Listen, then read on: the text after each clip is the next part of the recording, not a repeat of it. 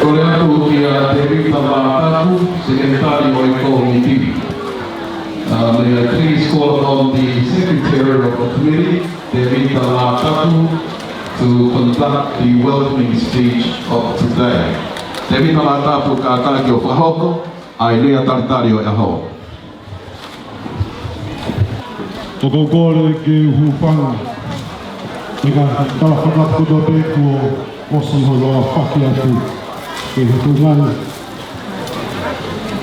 Matapu ki he apio a tai hamai utara e rotonga. Tapu te moe whakapofonga, whakaatu whakaranga ni, koe muka hama aku. A koe pirinisi kalauni, oi o tudonga, ama pirinisi, tupota au kalao. Tapu, te muha a whai whakara, muha a lotu. Tapu mo kolofanga, umaha matau, muha tau whanua. Pehe ki hama tapuri. Tapu ke sea komiti lumuka o Australia.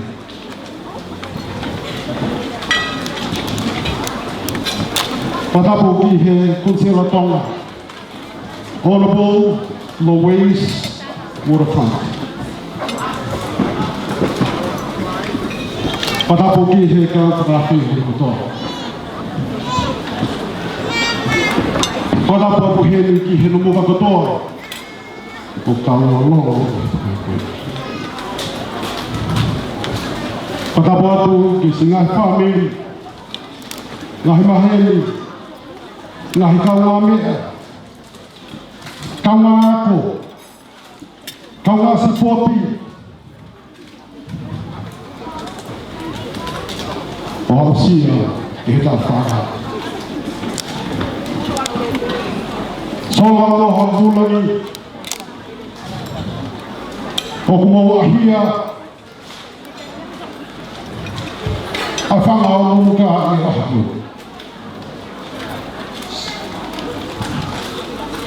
Koe aho, koe aho, whakahistoni. Whia ai motuani.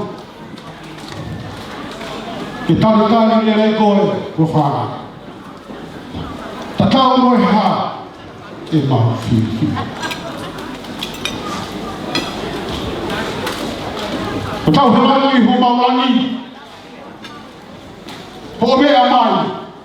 E aho o no muka. Wea hago ne hanga o whakamahino. Nea mo e lau peau, te mo e lau mai ne. Ho mamao.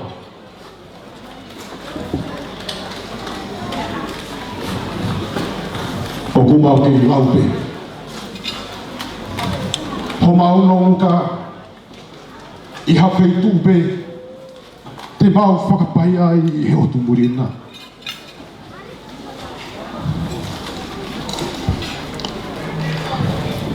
I a kosi ape o e taku osi. Le tū kāhiri ai e sea. Te moe ngahi whāmiri lahi. O ka mata I loto se me. Ko ha uki uki. Mo ha whakakaukau. Ke to e whakamalohi iange. To e whakawhewheka iange. Ai whengau e aki amuri. Ta moho whanuana ko whanga. Te whai a ki sa mea. Si se. A komiti ngā aue. Nā pakore nā whututu whakataha. E hange. Koe oa me ki sagea nou kuni te whai. Hange koe ka inga na muka o Australia o kuna makahake I he toko tahake. E toki nere mai mai Lusila tata huawhi mata tolu. e whai ha mau ki sawe ki kau aki pia moe tokolaha o e kainga numuka o Aotearoa pene mahino ko e kainga numuka Aotearoa o ku nau owa hake i he toko waha ia i pia moe sa sawa mai e nga hili poti i Amerika hange o ku tokolaha ia i he tau kainga numuka Amerika i ngai whika kone ko tuku mai ki tau whanongo ki ai ko e pesete i wanoa pe ai ko e kakai matua e ko e matua pesete palo noa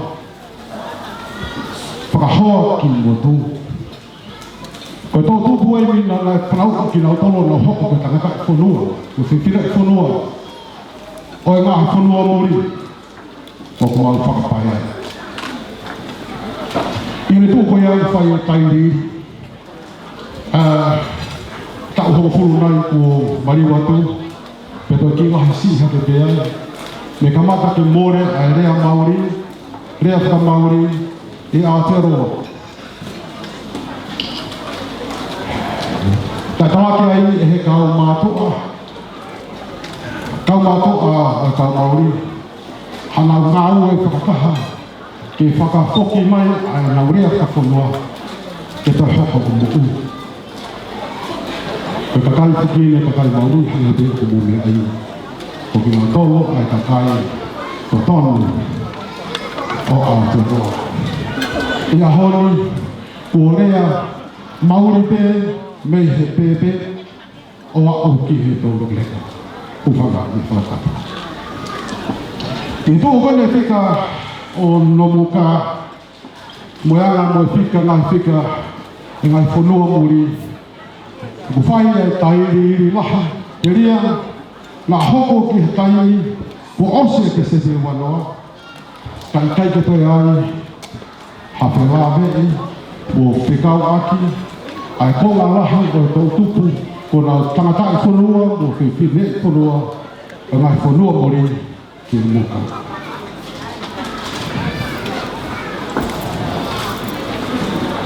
E koe uhi ngai ea. E uki ai, e tai ngai uka e se ai aha o na uka. E pātolo aki, e la mai e koe ia.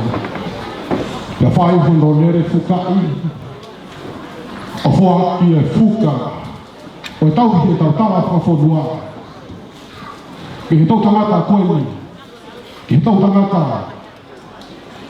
hoko mai. Ka nere whukaka pe ia, me loto Australia piko whepe a whanua muri, ki mata whanga o e haa mata. I o mea mai he aho me ko whanga. Mau whie.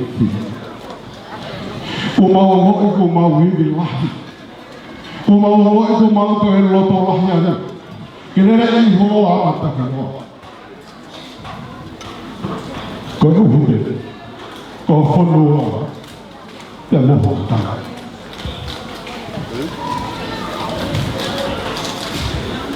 Ia e, koe no peo kari mālo loa e, koe e ki urea, koe rea whatonga, koe puke. Ki whonu rea e ko tau, mahini ko toi tēnei. Koe puke, o ku raha he no uhinga.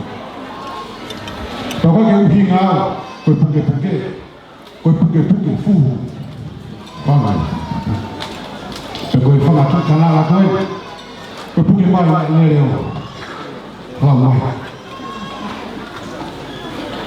o kuhinga kihepe a puke o kou lama kia i roki e he tau kanaka whaia a pulu ai uhinga koe kihepe a koe puke kau hao pe toko sisi pe kau Tangata whai akapuru ni muka.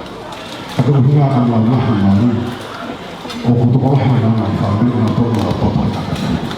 Te pehe ai te unu o whai akapuru ni mato. Kata uhinga ai aku. O hake e whai ake puki. Tai wahi kau whanau hofa maari whikina a rea puke ope. Te ārea ki ho ai tau. Kai mālo mo i puke puke ai whenu. Kai mālo mo i puke puke ai kapakau. Mālo mo i puke puke ai mai tatau. Koe whurea puke puke. Koe kakala o kufuaki mahakala toa. Pakoi ai ko whana o ko whakamalo atu ke whitona. O kei puka puke hokakai mo whanua. Kei puka puke mama ruta mo i whirino. Ko puke ai tawa whanua. Ka mau whakatawangi ki heo tua mafi. Kene whaita pui ki na koe. Whalahi ho iwi. Ke hoka hoko atu ho puke puke. Aho whanua pe mo kakai. Ai lotu whakaristiane pe mo i merino. Pe tau munu e pe mo i mau ofa. E kei tū loa ai haa mo e fō. Ola i kōka. Tua o whātu.